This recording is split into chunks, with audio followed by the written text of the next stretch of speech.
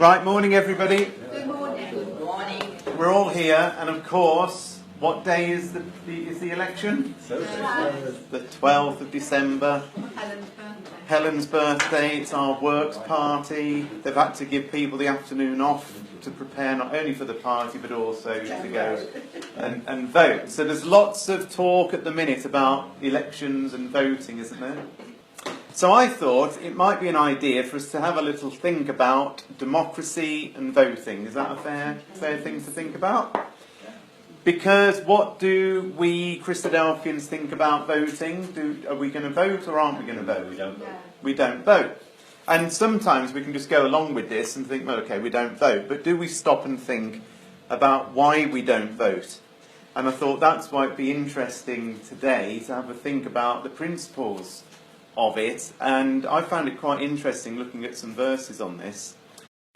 There's two parts to this talk, because if you think about it, there's democracy and voting for political things, which is what we're going to start off by looking at. But also, in many Christadelphian meetings, democracy happens there as well, doesn't it? There's voting that happens in ecclesial life. All right, so we'll start off looking at the political side of things.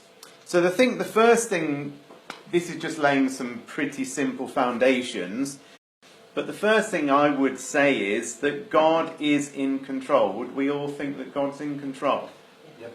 So God is in control, and He is in control of who is in the government at any one time.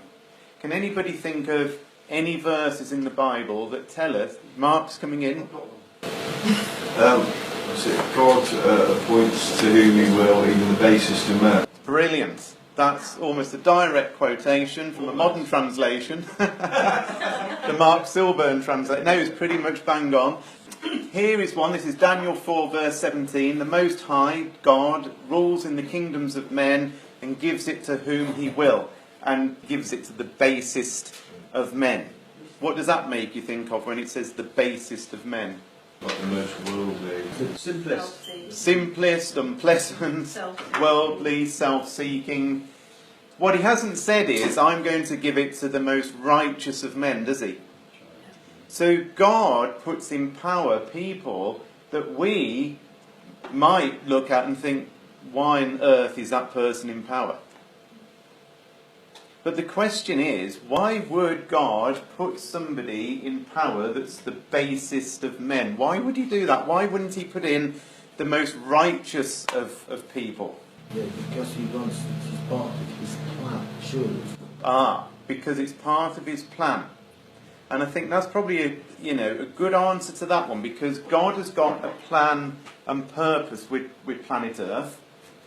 And actually, for His plan to come to fruition, He might need somebody in power that is actually, in our eyes, pretty despicable. But that despicable person creates a reaction, and that reaction makes something happen that's important to God's plan and purpose. Can anybody think of an extreme example? Right.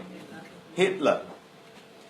So if God puts in power the people who are running the governments around the planet, we might think Hitler is probably the most extreme and terrible example of a world leader that ever was, really, because he was behind the killing of 6 million Jewish people. But what amazing thing came out of that?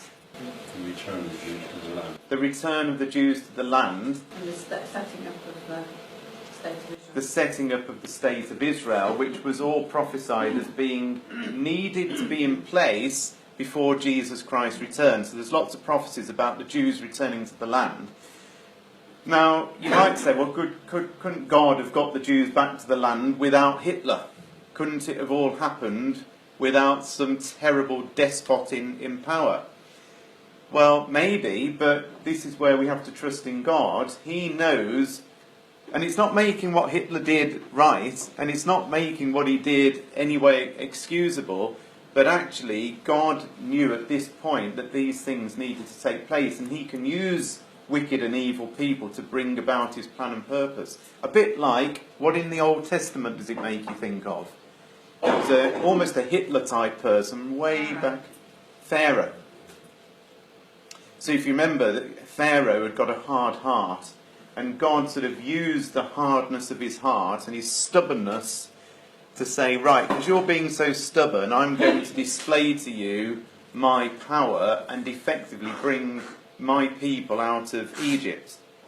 So God used his stubbornness to demonstrate his power, which then enabled the people to come out. And even now, 4,000 years later, we still talk about the events of Egypt. I think a lot of people know about Egypt, don't they? And how the people came through the Red Sea and the waters parted, and so on.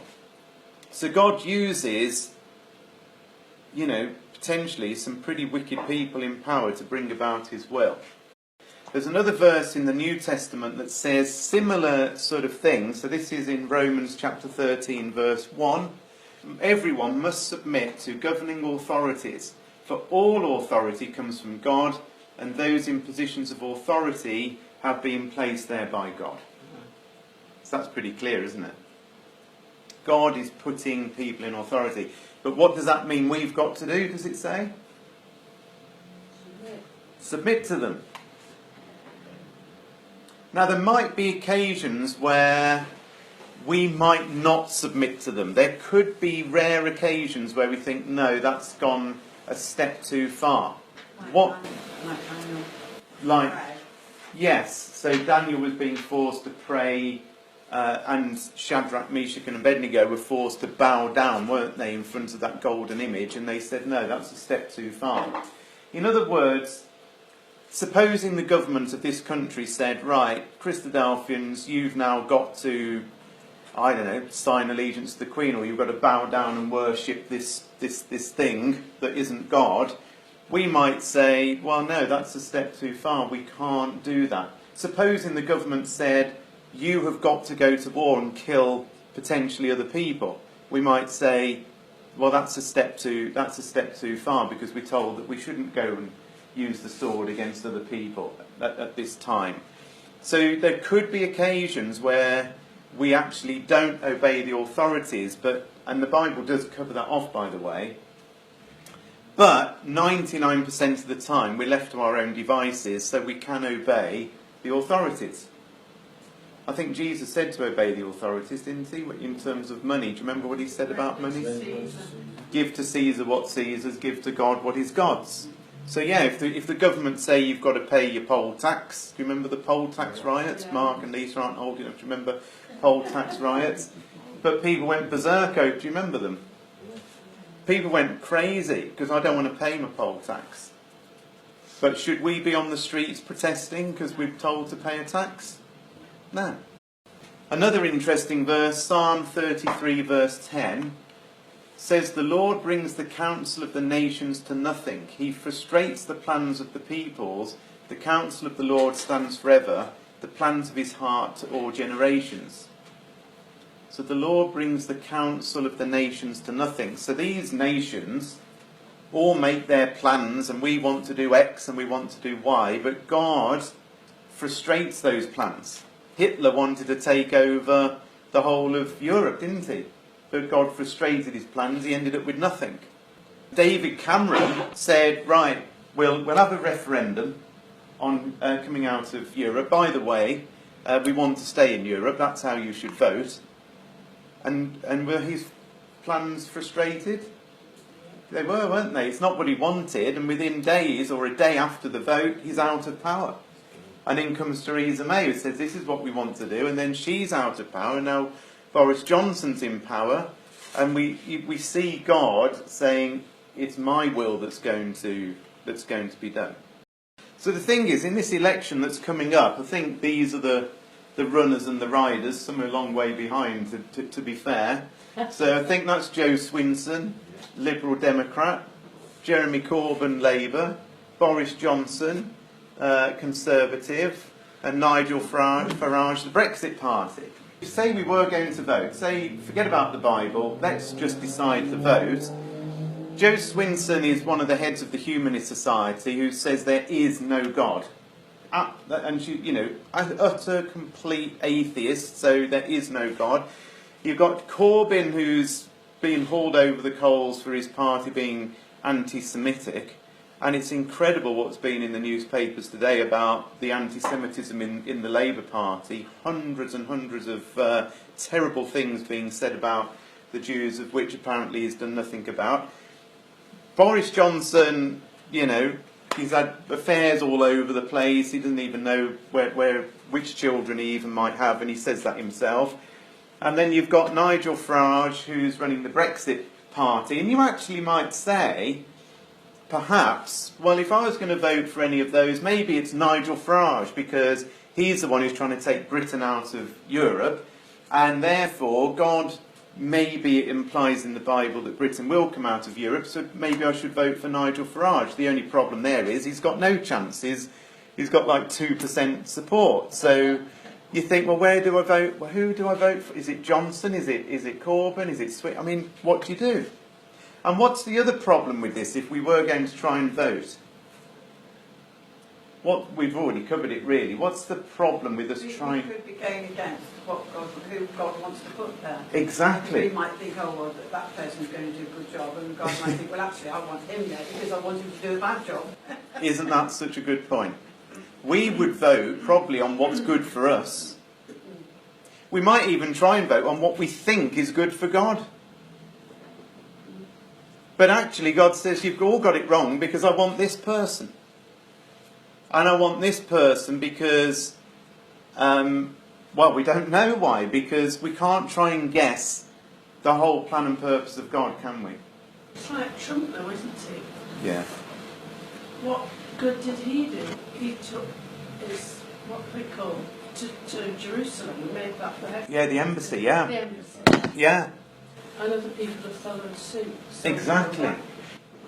And we might have sat there and thought, well, there's no way we're going to vote for Trump because he's X, Y and Z. But God says, I need Trump in power because he's going to do A, B and C. And we didn't know he was going to do A, B and C. But he ends up doing... Do you see what I mean? So you can end up... How do we get involved in that? It's impossible. And then it's supposing we did... And many, many Christian religions, in fact all of them that I can see, all do get involved in politics.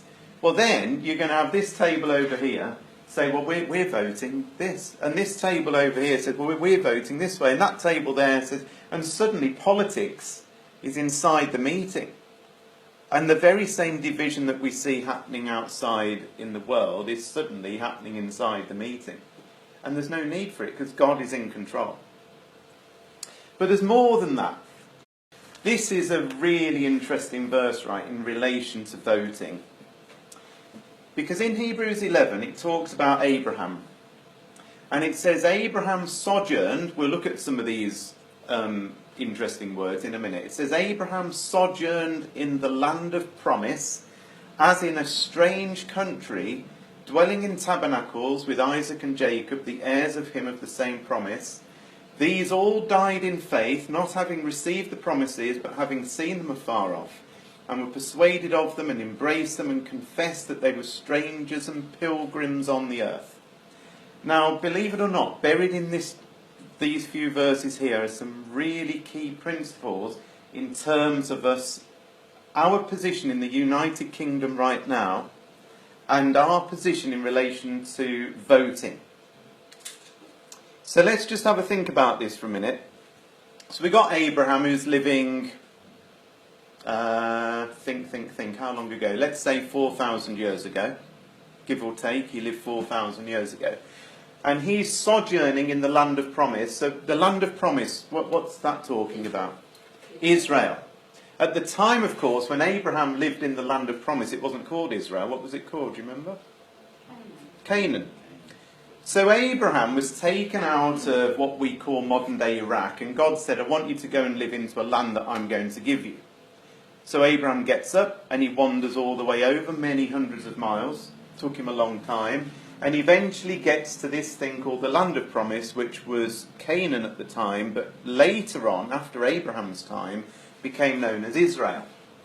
But here's the weird thing, look, because it says Abraham sojourned in the land of promise. Does anybody know what it actually means to be a sojourner? Temporary. To wander in the land, but not to really settle. Yeah. So by faith, Abraham sojourned. So it literally means to live as a stranger. Now, why is that weird? Why do you think it's strange that Abraham lived as a stranger in the land that God had promised him? Why doesn't that really add up? God's saying to him, I want you to live there, but I don't want you to be part of that land. So living in the world, but not being part of it. Right. So he knew then that that wasn't the time that God would give him the land.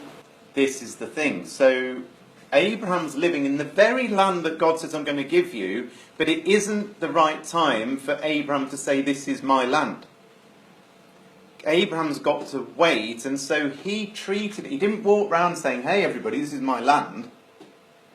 Or even saying, one day this is going to be my land. He treated himself as a stranger living in the land.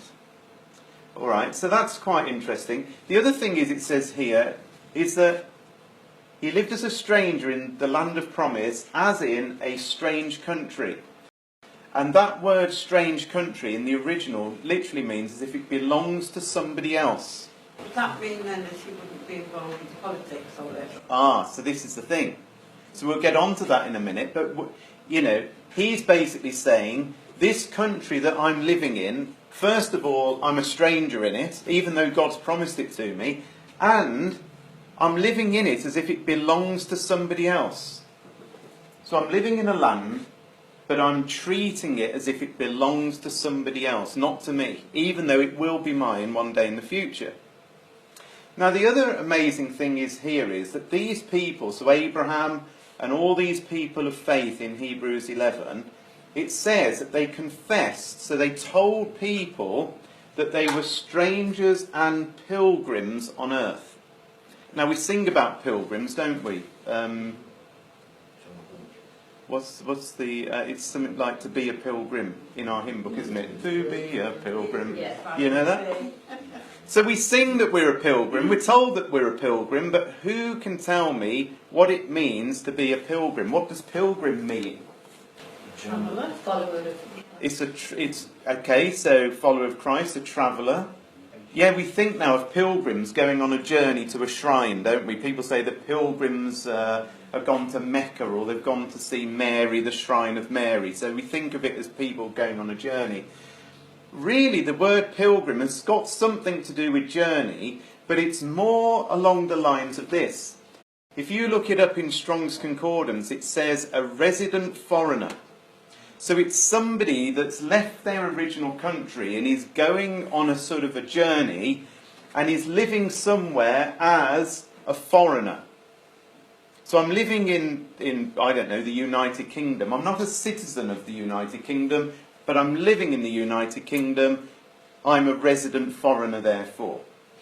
So I'm living here, but I'm a foreigner living here.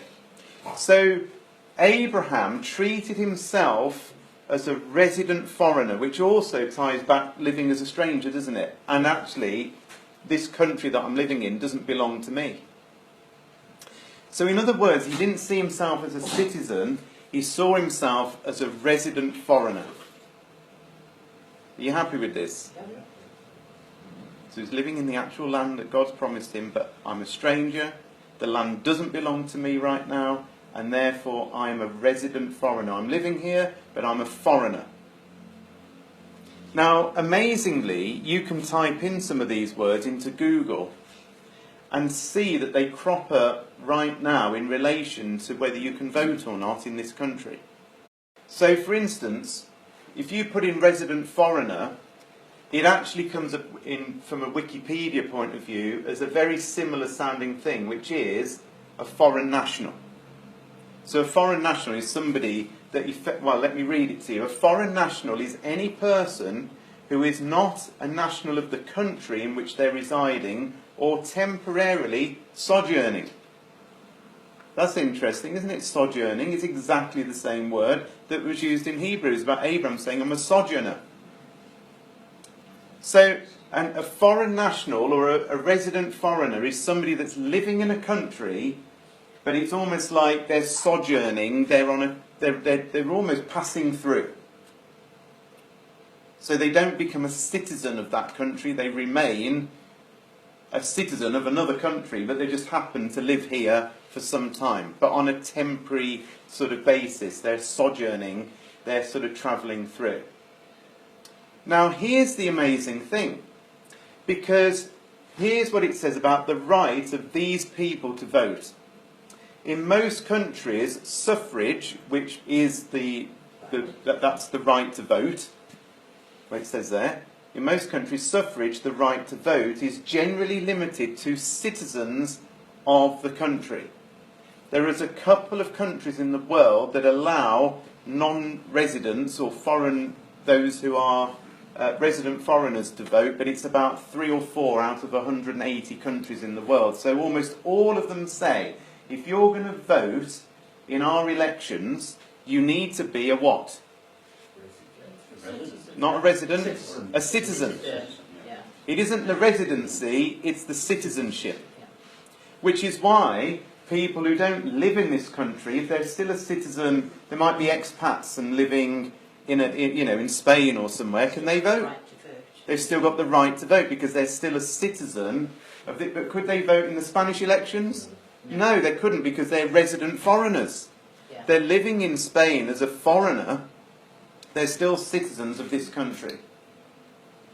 So can you see that people who are resident foreigners do not have the right to vote because they're not citizens of this country?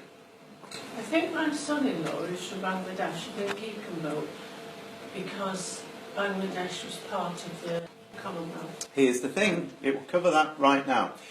To vote in the general election on the 12th of December, you must be registered to vote, be 18 or over on the day of the election, be a British, Irish or qualifying Commonwealth citizen, be resident at an address in the UK, or a British citizen living abroad who's been registered to vote in the UK in the last 15 years and not be legally excluded from voting. But you see, the citizenship is key. And when you look at the meaning of the word citizen, it's a person who is a member of a particular country and who has rights of being part of that country because they were born in that country. Now here's the question then. So what did Abraham see himself as? Did he see himself as a citizen or a foreign resident? Foreign resident. He saw himself as a foreign resident, even though he was living in the actual country that God was one day going to give him. So Abraham, even though living in the actual country, the land that God had promised him, saw himself as a resident foreigner, not as a citizen. Is that fair enough? Yeah. Therefore, if elections, supposing democracy took place, which it didn't back then, did they? They didn't vote on things back then, but supposing they did, supposing Abraham's now living in the land of Canaan, and there was votes to take place, do you think Abraham, bearing in mind he thinks of himself as a foreign resident, would have voted in those elections? He wouldn't have qualified. He wouldn't have qualified. Now the funny thing is, of course, somebody might say, well, technically you do qualify, but his own mind spiritually said, well, I don't see myself. I confess that I'm not a citizen of this country. And here's exactly our position. Because technically, of course, we're all citizens of where? UK. We're all residents, technically, of this country. So therefore, we've all had a polling slip come through saying, Mark, if you want to vote, Lisa, if you want to vote, Alan, if you want to vote, we can vote. So they see us as citizens. However, what God is saying in the Bible is that, well, follow Abraham's example and don't see yourself as citizens, see yourself as foreign residents. Now, because some people say to me, Andy, if you don't vote, how can you possibly call the police and use the services of the police? If you don't vote, how can you possibly use the NHS? I mean, how do you... We pay tax. And do resident foreigners who can't vote use the services of this country, or are they banned from using anything? We use the shops and stuff like that. They use the shops. Would they phone the police if they needed to? Yeah. Would they use the NHS if they needed to? Yeah. Yeah. Would they use doctor service? Yes, of course they do. So we, even though we live in this country as resident foreigners spiritually, that doesn't mean we can't use any of the services. We live in this country, we use the schools, we use the hospitals, we use the thing. So we're still in this country, but we're not dictating, and almost by law we shouldn't, should we? Because we are resident foreigners, even though the government don't see us in that way.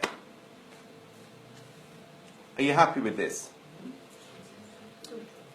But the next question is then, if we're not a resident, if we're not a citizen of the United Kingdom, what are we a citizen of? Do we belong anywhere? Israel. Excellent answer. Because in Ephesians chapter 2 verse 12 it tells us where we're a citizen of. This tells us, by the way, this is talking about Gentiles, non-Jewish people who before they were baptised weren't part of Israel. And it says, remember that at that time you were separate from Christ. So you Gentile people, you non-Jewish people who aren't baptised, at that time you were separate from Christ, and look here, excluded from citizenship in Israel and foreigners to the covenants of promise, without hope and without God in the world. So in other words, before we became part of Israel through our baptism, we were of citizens of a Gentile. In fact, at that point, you could say we were then citizens of the United Kingdom. But once we're baptised, then we become citizens, exactly what you just said, of where? Israel. So we're citizens, really, of Israel. And not perhaps we think of Israel as it is at the moment, but what this is talking not really about Israel as it stands at the moment, is it? It's talking about After the establishment of the kingdom. when the kingdom is established, exactly. Because Abraham lived in physical Israel, but said, this isn't my land at the minute. And in the same way, this is not talking about Israel that's there at the minute, it's talking about the future Israel. So we're citizens of a future country, a future kingdom, with a future king. And therefore, if we're citizens of another country, a future country that's coming, how can we vote when we're resident foreigners in this country? It's actually illegal.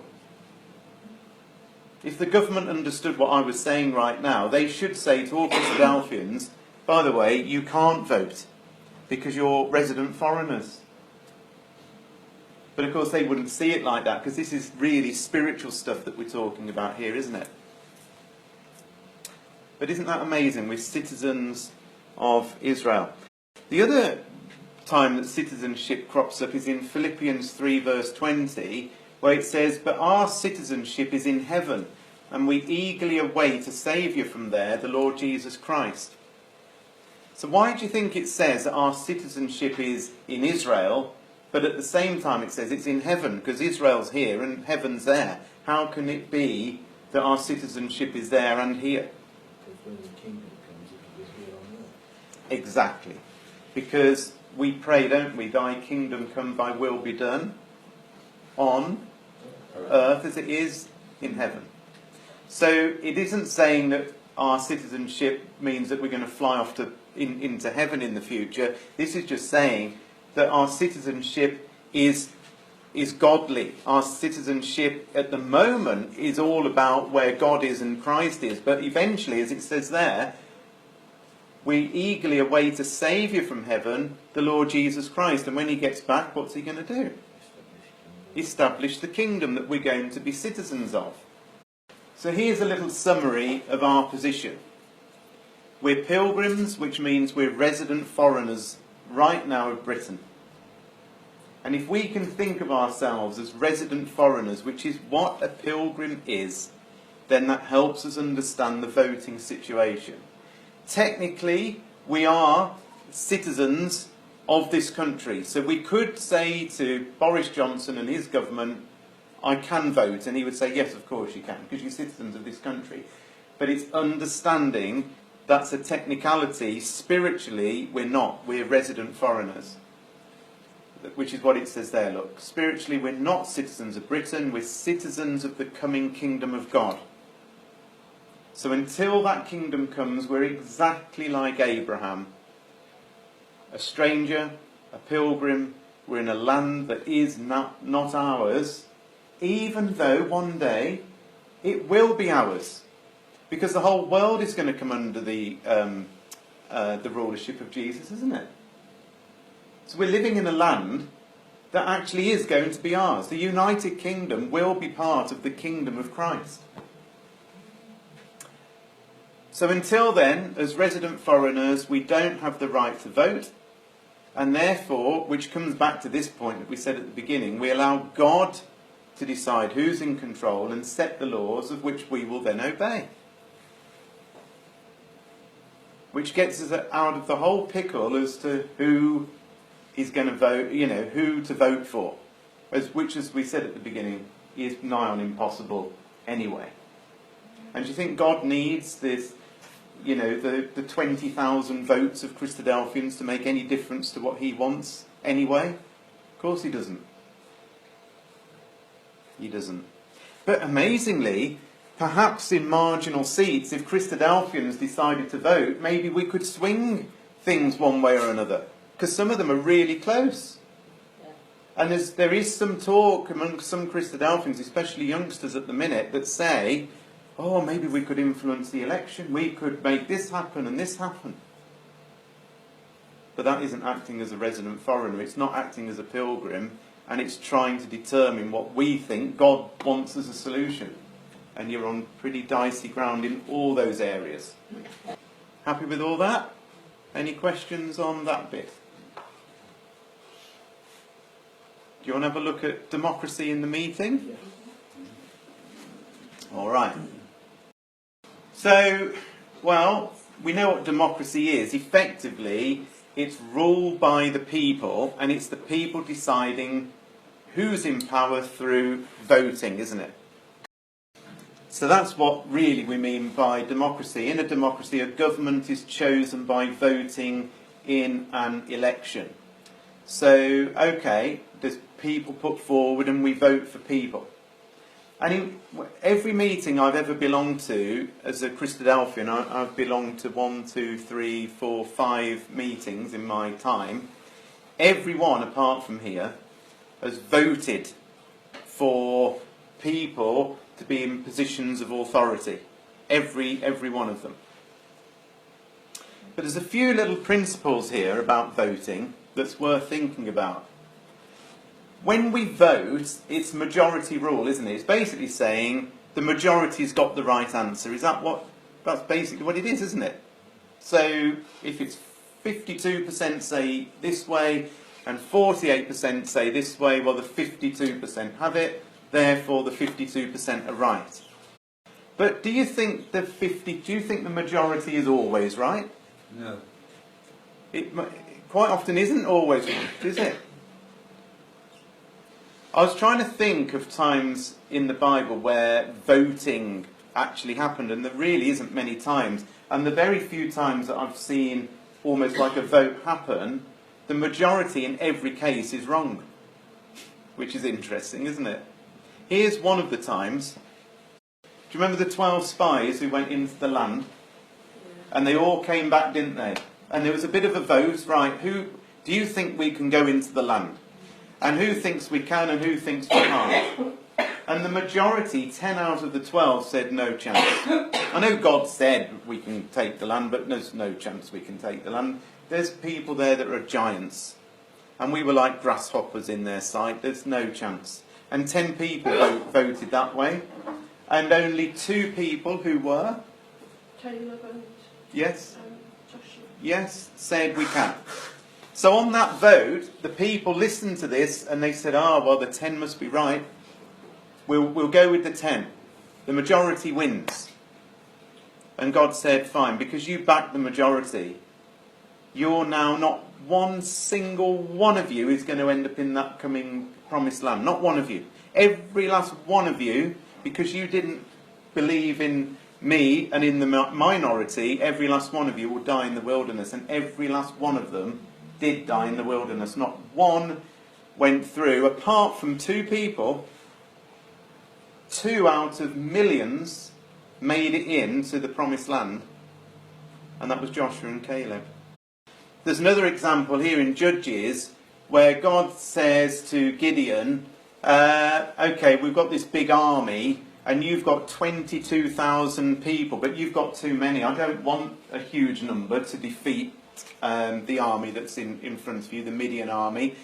So what I want you to do is to whittle down the 22,000. I want to prove to you, he says, that the minority can win here.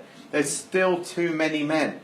And if you read all of this, which we haven't got time to now, God reduced it from 22,000 down to 10,000, and from 10,000, there's the 10,000, and from 10,000 he eventually got it down to 300 people. So God says, right, now we're at 300, now we're going to defeat the Midianites. I don't want you to think that strength of numbers is the right way forward.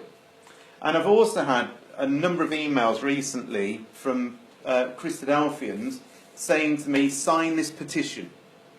A petition to get somebody out of jail. There was a Christadelphian in jail in Iran, so let's sign a petition to the government of Iran. And on the face of it, you think, oh yeah, we've got to get him out. Let's use our weight of numbers as a community to pressurise the Iranian government to get... And we might think that's a great idea.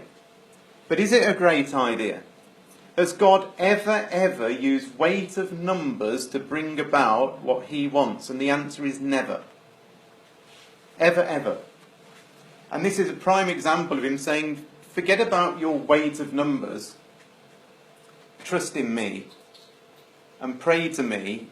And rely upon me. And with just a few people, I can make it happen. The danger is we get on the whole bandwagon of, yes, let's use our voting, let's use our petition, let's use our numbers to make things happen, and it's totally the wrong way to go. There's not one example in the Bible of voting, democracy or majority rule being right, ever. In fact, even the Jewish people, God says, I chose you because you were fewest. Tiny. Not because you were many, but you were tiny. The problem with voting and majority rule are these things. The majority may not be right. Yeah, they might be, but they might not be right. The majority can ignore the voices of the few. That's one of the problems with voting, isn't it? Because you can just railroad over the few. It causes division, and I've seen votes at a number of meetings of literally that percentage, 52 to 48. Now, when an ecclesia is supposed to be walking together in unity, unity isn't 52-48. What would a unity percentage be? 100%. So as soon as you start voting, you instantly create division, and the division is seen in Parliament, and it's seen in Brexit referendums. It divides. It just isn't scriptural. There's nowhere that says that we should vote. The other thing is, of course, that all votes are counted as equal. So if I put my hand up to vote, let's say it was in a meeting, I say I'm going to vote. What I'm probably thinking when I vote is what's good for me. That's probably what I think, isn't it? Because if I'm voting for me, I'm going to vote for me. But of course, the other problem is that that's counting everybody as one, isn't it? But in an ecclesia, do you think there are some people whose votes really should be more than just one? Because supposing you've got a widow or an orphan, or somebody that's chronically ill, or somebody that struggles, or whatever it is, and we have a vote about something, should my vote as pretty healthy younger person be counted exactly the same as that other person's vote?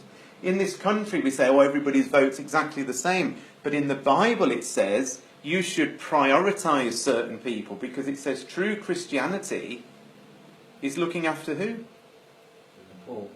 The poor, the widows, the orphans, the fatherless. And the trouble is with this, it means that actually we can sort of disregard people and treat everybody exactly the same, and of course that isn't what we should do. Now what's amazing, I find, with this is that Robert Roberts wrote about ecclesial life and voting, because it was Robert Roberts that wrote something called the Ecclesial Guide. In other words, how do we run a meeting? And he wrote at the very end of his life these words that are published out there. Our present system was disapproved of by Dr. Thomas, by John Thomas. When he says our present system, he's talking about the system that we have in meetings of voting. So he says our present system of voting was disapproved of by John Thomas, who thought we ought to aim at near conformity to the apostolic system of perpetual elders with authority. He was afraid the constant appeals of the ecclesia's sanction by vote would open the door for turbulent spirits and put in their power to interfere with ecclesial peace. I erred from too great confidence in human nature on the side of too great a conformity to the republican spirit of the age. In other words, he says, he's writing this in 1880, and he basically says this whole sort of republican spirit, he means the spirit of voting and democracy. And he says, I erred from, I was sort of looking at this too positively. Experience has proved John Thomas right in the matter, and my own views at the beginning crude and unsuitable. An electoral system that reduces our ecclesia, as it does in many cases, to a level of a political constituency ought to be modified in harmony with the divine model of the first century so far as we can. So in other words, he says, I went down the line of saying we should bring voting into the meeting, which John Thomas, the original Christadelphian, said is a bad idea, and now at the end of my life I'm saying, actually, I made a mistake. I got all caught up in this whole voting situation. So when you look at it, in the first century, they didn't vote on anything. And here's the first example, which we mention quite a bit, which is in Acts chapter 1. Which, do you remember Judas went and hung himself, so there was one missing out of the 12 apostles. So they have to make up the number back to 12. That's what they wanted to do. And they could have just voted, couldn't they? There's 11 of them, we'll vote. But they didn't. They said it's necessary to choose one of the men who've been with us the whole time the Lord Jesus was living among us, beginning from John's baptism to the time when Jesus was taken from us. One of these must become a witness with us of his resurrection. So they nominated 2 men, Joseph and Matthias, and then they pray, Lord, you know everybody's heart, show us which of these 2 you've chosen to take over this ministry, which Judas left to go where he belongs. And then they cast lots, and the lot fell to Matthias, and so he was added to the 11 apostles. So what they did, they said, right, let's narrow it down. We can't have anybody being one of the 12, so there's some criteria. And the criteria is that this person, whoever it is, must have been with us from the time of John to the time when Jesus was resurrected. So who've we got in that category that was with us the whole time? And they say, well, there's only 2 people. There is Barsabbas and Matthias. Okay, we narrowed it down. Now who do we decide? Let's vote. Let's all vote on one of those. No, they didn't say let's vote. What did they do? Cast lots. They prayed and cast lots. It's in God's decision.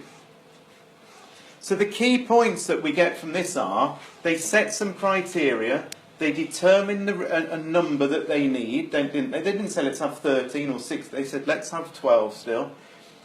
The brothers then are put forward who meet the criteria, so there's 2 of them, let's put them forward. Then they say a prayer, and because there's more than the one, if there was only 1, then they wouldn't have had to draw lots, would they? But because there was 2, they then drew lots. And do you know something? That's exactly what John Thomas originally said that we should do. It says, the lot fell upon Matthias, and he was numbered with the 11 apostles. And John Thomas writes, such is the precedent. Now for its application to the choice of elders in these days. Suppose the necessities of a church of Jesus Christ require 3 elders. Let the disciples look out among themselves 6 men of an attested character, answering to the descriptional qualifications laid down by the Holy Spirit in Paul's letters to Timothy and Titus. So go and find people in your meeting that fit the right criteria. Having found them, let them set up and pray to the Lord, who knows the hearts of all men, to show which of these brothers he has chosen to take oversight of the flock of God. Having done this, take 6 labels, and upon 3 write down the words for elder, and on the other 3 they're just blank pieces of paper.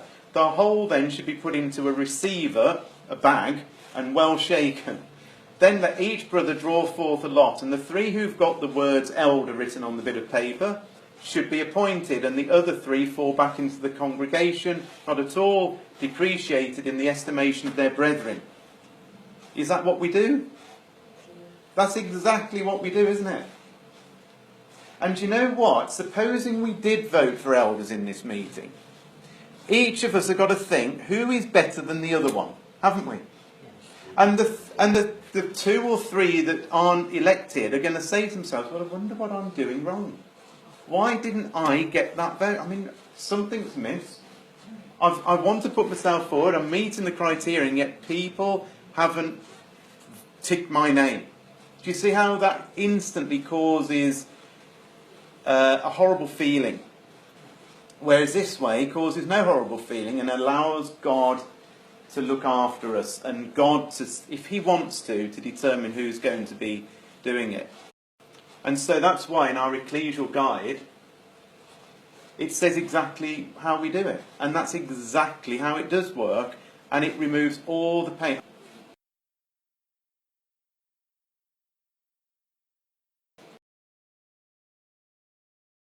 And finally, just to say that in our Ecclesial guide we also say this: to avoid voting and endeavour to achieve consensus for all decisions, both as elders and ecclesially. And if in the unlikely event ecclesial consensus cannot be found, the elders have the final decision. That's what it says. So we haven't voted on anything. We've never actually said the majority win. We've always tried to work on consensus, which means that we all have to give a little bit, doesn't it?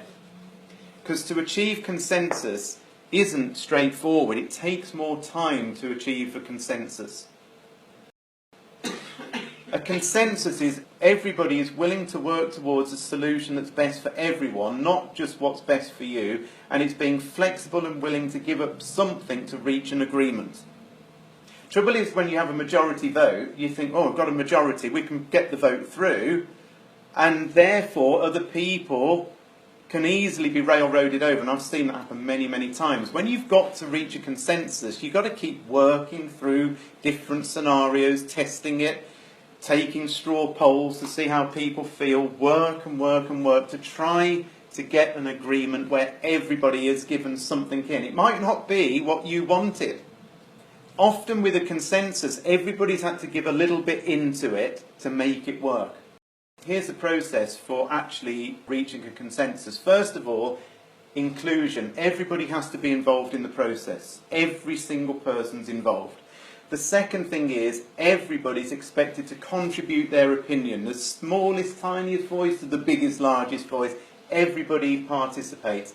And thirdly, cooperation. Everybody builds on each other's concerns, and solutions are looked for that satisfy everyone. So everybody is trying to get to a situation where it's 100% versus 0%, not let's push a vote through at 52-48. And once we're all agreed on that, then you clearly outline what needs to be decided, list all the concerns of everyone, and everybody has a chance to contribute. So you go around the table and everybody has a say. We take a straw poll, which aren't binding votes, it's just to get an idea, and we keep working until we get to a solution. And the outcome, hopefully, is that you reach a consensus. There probably is some compromise, but ultimately it's unity and peace. Because do you know something? Often the things that we are working through and talking about, God doesn't really care. So if you take the timings of our meetings, where we went through this process, if you remember, do you think God gives 2 hoots if it's at 9 o'clock or 3 o'clock in the afternoon or even midnight? He doesn't care. If he did, he would say in the Bible, you must have your meeting at a certain time. He doesn't care. But what he cares about is how have you made the decision, and what process did you go through to get there, and are you all walking in unity together? That's all he cares about. And whatever time, he says it's the unity. And therefore, last slide, democracy itself causes division. It just does. And we're seeing that in the world as we speak right now. I believe that the scriptures lead us towards this, which is work in unity, which is not about voting and dividing. It's about working together, listening to all voices, and becoming, a unified body, which means it's 100%, not a divided 50%.